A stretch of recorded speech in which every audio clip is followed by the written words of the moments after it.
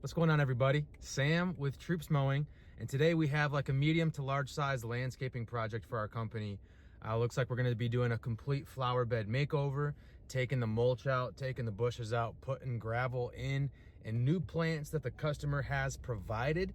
It'll be myself and Dylan out there completely transforming this flower bed, and I'm going to do my best to get as many clips as possible so that you guys can kind of see how we handle a job like this and ultimately how much money you can make in a certain period of time.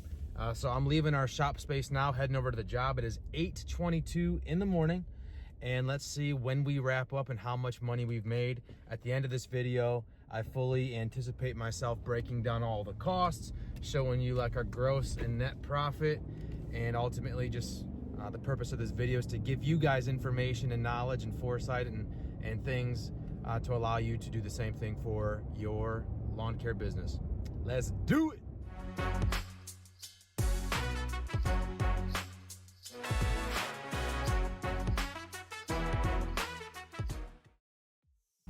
Welcome back, everybody. So in this video, we are going to be covering the financials behind this flower bed makeover, as well as the financials of a day in the life of our company. So first things first, let's just talk about how we rerouted this gutter. The customer reached out to us saying that water was pooling up within her flower bed and ultimately wanted to reroute that water away from her foundation. So we used a French drain and we rerouted that gutter, and we used a perforated pipe, connected it to a clean out valve, and made sure that the water was flowing outside of the service area because the customer was ultimately worried that it was going to impact her foundation. And so you might be wondering, why go through the trouble of installing this French drain? Well, proper drainage is going to be crucial for overall plant health, foundational health, but ultimately it's what the customer wanted. And so this is a super easy upsell that you can do for all your flower bed cleanups with parts and labor. You could be looking at an extra $200 easily in upselling that as a service. So next up, what we're doing is we're getting rid of these overgrown bushes from within the service area.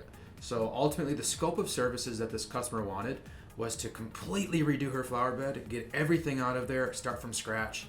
And so that's exactly what we are going to do for her. And so typically we use a utility jack, also known as a farmer's jack, to get all the bigger plants that have really found or sturdy roots within the ground.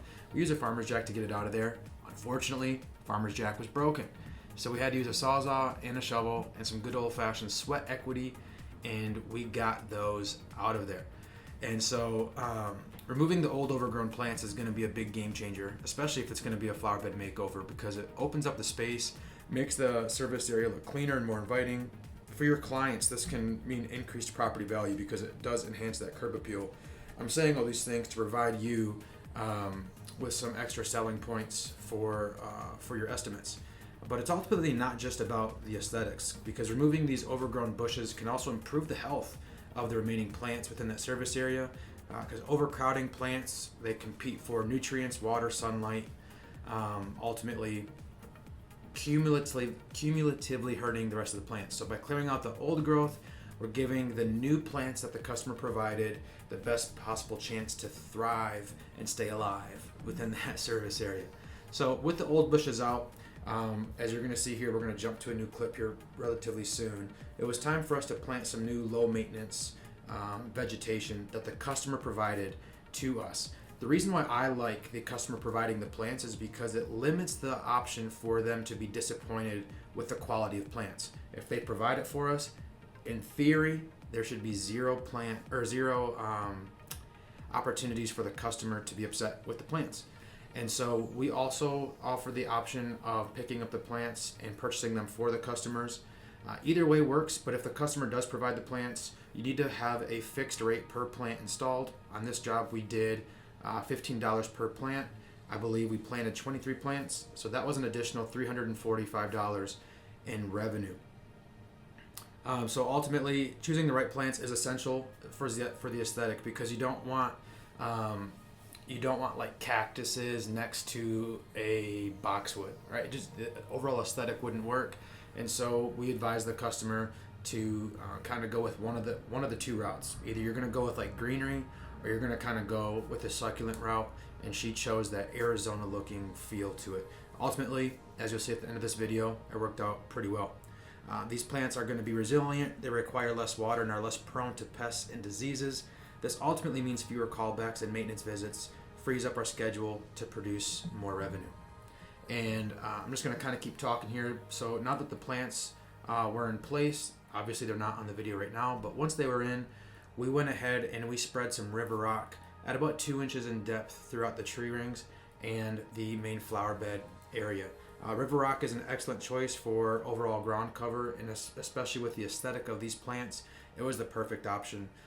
Going with gravel versus mulch is more of an initial expense, ultimately increases your revenue. The selling point is if you go with gravel instead of mulch, it's less maintenance per year. Granted, it doesn't really help you out either way, because you could make more money in the long run with mulch, because about once or twice a year you don't want to replenish that. Regardless, whatever you choose, just make sure that you're wording it so that it benefits your customer more than it benefits yourself. Also, speaking of gravel versus mulch, we typically only like to install weed barrier when we're doing doing gravel, because weed barrier with mulch kind of defeats the purpose of mulch. Mulch is supposed to decompose and go back and give the soil some nutrients, and that way if there's a weed barrier there, it's blocking that from happening, and you have more mulch to remove because it can't decompose into the soil. So if you're going to do weed barrier, only do it under gravel. I think it's a waste of money for mulch. So now that we kind of are wrapping up this video here, I want to talk about numbers. This crew, we made about $2,900 in revenue for this project.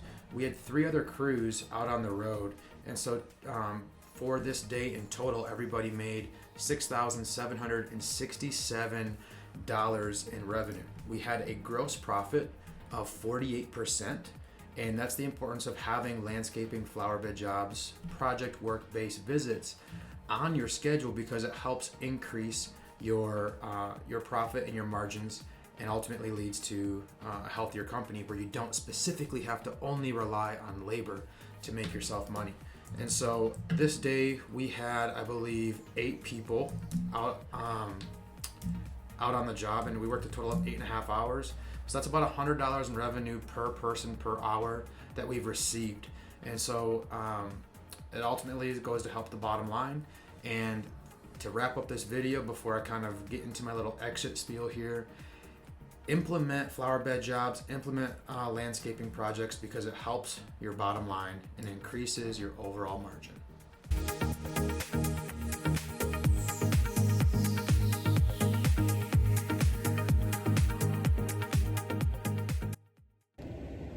As you guys can see, I am spent. That was a tough one, just because it's hot out, man. It feels like it's over 100 degrees here in Central Texas, but it is 2:36 and the job is finished. Dylan is over there right now, kind of watering the plants in, and gonna do a walkthrough with the customer. I'm gonna go drop off some equipment to another crew of ours, but the job is finished. I'm going to put up on the screen here how much we made throughout the day, and I'll probably throw up a number about how much the company made in total for today with all crews out, utilizing our assets to the maximum capacity. So it's been a good day, been a tiring day, excited for a cold shower, and hope you guys enjoyed this video, man. Take care.